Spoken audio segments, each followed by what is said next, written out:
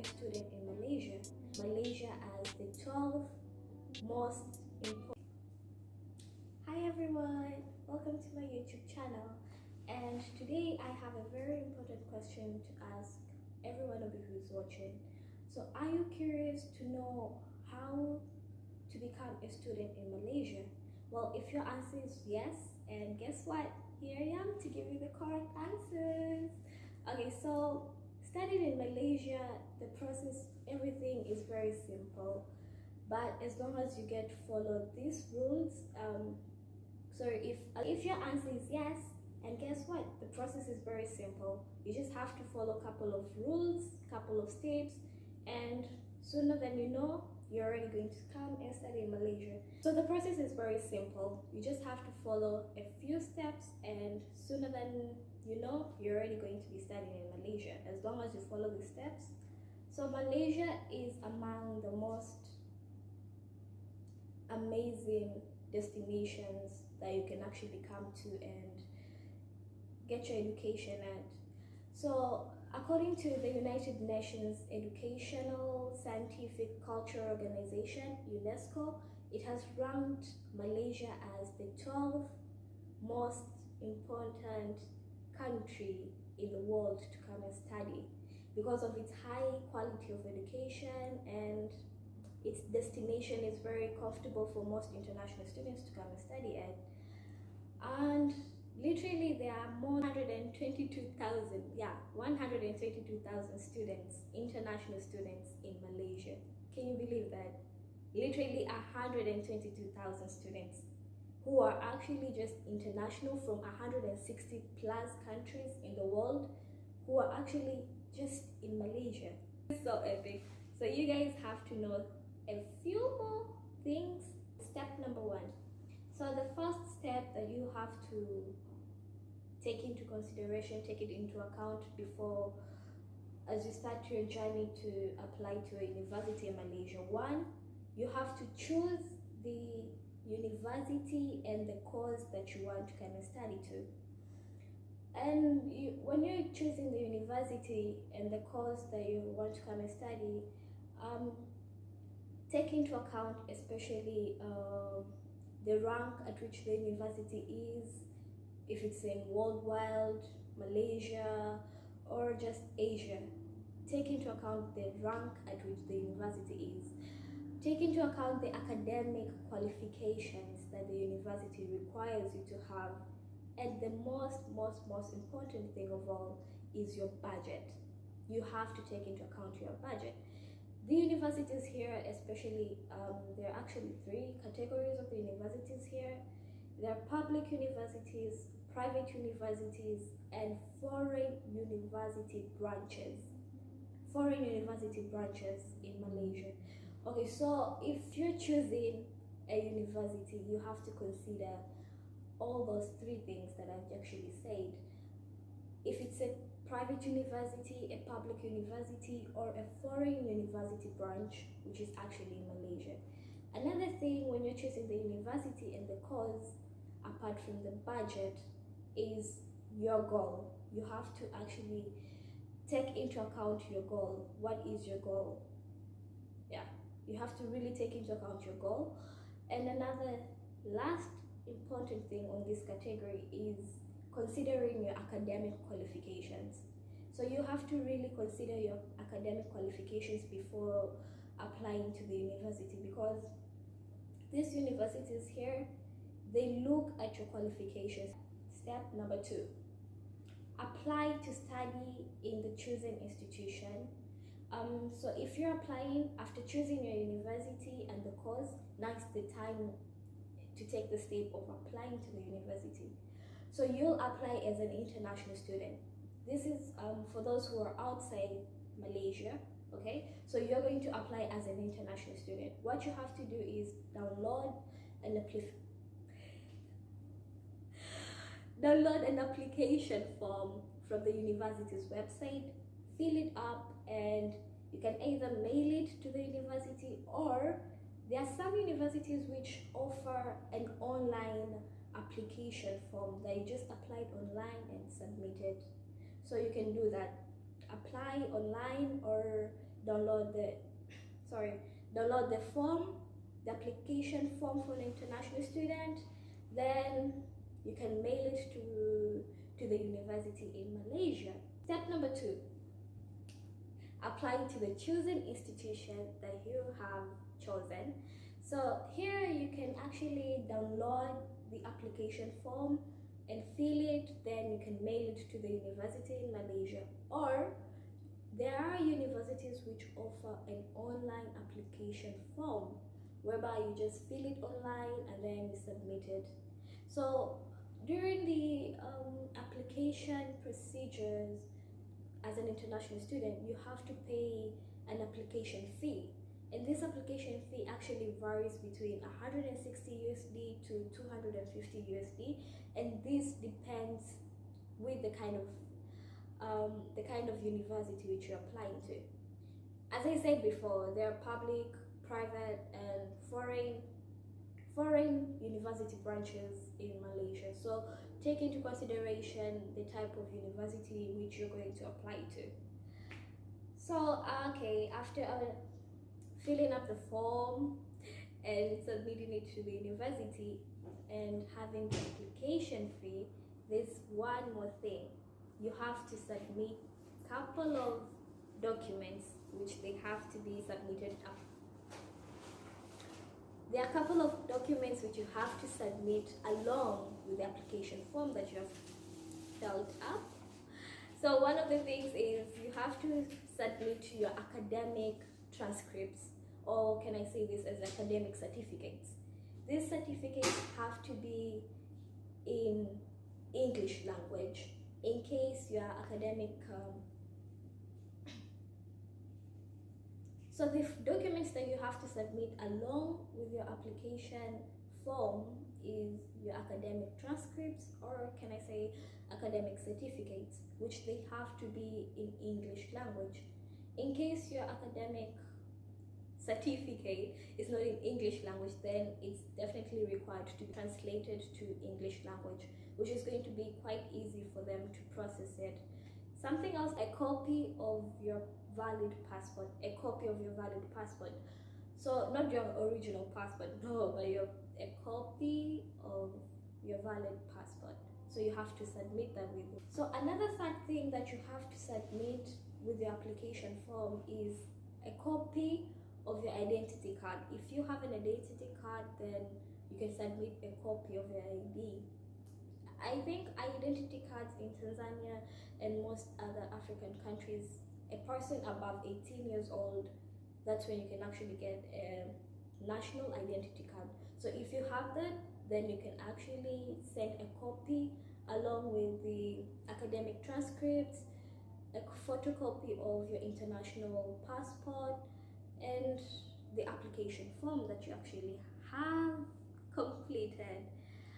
Last but not least is a medical health report. You have to do a medical health report and submit it together with the photocopy of your identity card, photocopy of your valid international passport, and a photocopy of your academic transcripts. One thing you guys have to know, all these tasks that you're going to be submitting to the university are not original copies, but these are going to be in photocopies. Yeah, they have to be copies of your original either academic transcript, either identity card or your passport. So all these have to be as copies.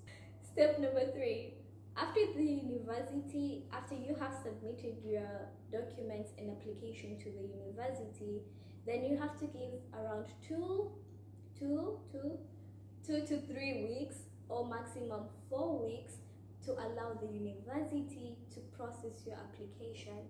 And in case you are accepted to join the university, which you are going to be accepted, inshallah, then the university is going to contact you and tell you about your acceptance to the university. Well, this brings us to step number 4. Here you have to apply for a student visa or a student pass, and Mostly there are embassies in our countries which represent the Malaysian, I think the Malaysians, yeah, actually, okay. There are embassies in our countries, Malaysian embassies, so you'll have to go to a Malaysian embassy. But in case your country doesn't have a Malaysian embassy, then there must be a high commission in your country. So you'll go and apply for a student visa or a student pass at the Malaysian embassy or a high commission. So for Tanzanians, we don't have a Malaysian embassy. Just to note this out for everyone who is in Tanzania who would want to come and study in Malaysia. Well, we don't have a Malaysian embassy in Tanzania, but we do have a high commission, which is actually in Dar es Salaam. So you can actually go Google up some information about the High Commission of Malaysia in Dar es Salaam or nearby country, which is mostly Kenya. You can actually go to Kenya and process your student pass there. Okay, so after this, step number 4, you're going to get a visa approved letter after applying for a student pass. So after you apply for a student pass, then you're going to get a VAL. VAL is a visa approved letter. So when you already have your VAL with you, you're already done, guys. You are halfway done to getting yourself coming to Malaysia and study. So if you apply, after applying for a student pass, you get your VAL, then when you already have your visa approved letter, then you can actually go and apply for an entry visa. Remember, there is a very big difference between a student visa pass and an entry visa. So these are actually two different things. A student pass allows you to study in Malaysia, but an entry pass, this means that it allows you to enter Malaysia, not study in Malaysia. So these are two different things. I hope you guys get to understand that. A student visa pass and an entry visa. Okay, so this is step number 5 to apply for an entry visa. There are a couple of countries in Africa and America and Asia and Europe which don't require you to apply for a visa. That you just come, get to the Malaysian airport, Kuala Lumpur airport, which is the international airport, get there and go around the immigration office and get a visa stamp. You don't really need that visa letter. So there are a couple of countries. Among the countries that don't really require a visa entry in Malaysia, from Africa, there is Tanzania, Kenya, there is Zimbabwe, there is Argentina, which is outside Africa. That's outside Africa. So and many more other countries. These countries don't require you to have a visa to enter Malaysia. You just get here and you're getting a stamp on your passport, which allows you to stay 30 days in Malaysia. After your 30 days in Malaysia, then you can actually, or within the 30 days in Malaysia, you can apply for a visa, either a student visa. In case for those countries which require you to apply for an entry visa before coming to Malaysia, some of the countries include Nigeria, include Ghana, Togo, Sierra Leone. These countries in Africa require their persons to apply for a visa before coming to Malaysia. Well, it's very simple. If you're required to apply for a visa, well, what you have to do basically is go to the embassy, pay a fee, which ranges about 60 USD, around 40 to 60 USD dollars, so that you can get your visa. And important thing is, like, you have to submit copies, every document in copies, to what they actually require you to apply. Oh, okay, let me take a breath, guys. Okay, so those are the first five five five steps before you know you're already in Malaysia studying here, or you're already in Malaysia working, you're here as a tourist, sorry, you're here as a tourist. So oh, one more important thing that I want to note for you guys: when you get your visa approved letter, which is actually called a VAL, well, this one gets to last for 6 months.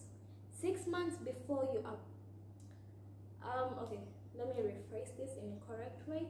So this lasts for about 6 months. So within from the time that your VAL is approved, 6 months from the date it's approved, you have to be in Malaysia within the range of 6 months. But after 6 months and you're still not in Malaysia, then this means that your visa approved letter is going to be rejected, or it's going to be cancelled, and you have to actually apply for another one. This really does take time of about 1 month in maximum, just a 1 month for your visa to be approved. So when you get your visa, you have to be ready to leave and come to Malaysia and enjoy the environment, guys. There's so many things to do in Malaysia, which I'm actually going to show you guys. I really do hope you're going to stick in this channel and see what I have to show you about Malaysia. So okay, let's get back to the two last steps for you to do before you know that you're already in Malaysia.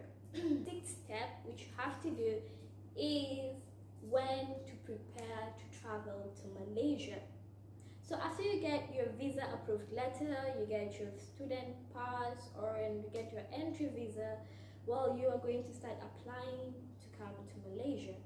Here, guys, you just have to know about your air ticket, your arrival date, and have to notify the university at least 1 week or 2 weeks before you arrive in Malaysia, so that the university gets to know who is going to come pick you up at the airport, who is going to take you to the accommodation, and who is going to be around for you when you arrive to Malaysia. So you have to tell and notify the university at least 2 or 1 week before you arrive to Malaysia. So one more step. So this is the last step, which is you arriving to Malaysia, guys. So on this last step of arriving to Malaysia, you have to know a couple of things in mind before, when you just get here to the Kuala Lumpur International Airport, KLIA. Well, when you get there, you already informed your university about your arrival to Malaysia. Then there's going to be a representative at the airport waiting for you, take you through the immigration offices, the immigration desks, which you're going to go through with him or her. And don't worry, because the universities are going to take good care of you. Then after you arrive into after you arrive into Malaysia, you're going to have at least 1 to 2 weeks of orientation. And please, let me tell you, take advantage of the 1 or 2 weeks you're given about orientation. Get to explore Malaysia, get to know Malaysia, get to enjoy the food, the cuisines, get to enjoy the environment, get to enjoy, oh my god, there's so many places that you can get to enjoy in your 2 or 1 week orientation. Take advantage of that, guys. Well, I think this is all that you guys have to know before. This is all you guys have to know when applying to come and study in Malaysia. Well, hopefully you guys are going to have some tips, take them into account, and voila, you'll be in Malaysia studying and everything is gonna be well. So after the 7 steps of wanting to know how to apply and become a student in Malaysia, there is one more tip which most people can actually use. There are agencies which offer you a service to apply for you in universities abroad. Well, these agencies are well, it's your choice to make the right agency. Take as much time to take as much time to dig information about these agencies before going into contact with them and telling them that you want to become a student or wanting the service. So take a lot of time to research on these agencies. Well, I can request or recommend you guys on one of the agencies, which is Global Education Link, which is actually in Tanzania. It has branches in Arusha, Dar es Salaam, Mwanza, Mbeya, and Dodoma. So it has branches around Tanzania, and you can just contact them and they will give you the best service that they can offer. They'll give you advice on which universities are going to be best for you, which courses you can actually take, and which countries are going to be suitable for you within your budget, within your likes to go and study to. Well, guys, this is all about coming to study in Malaysia, how to apply to study in Malaysia. I hope this video gives you some information, gives you a lot of information that you have been wanting.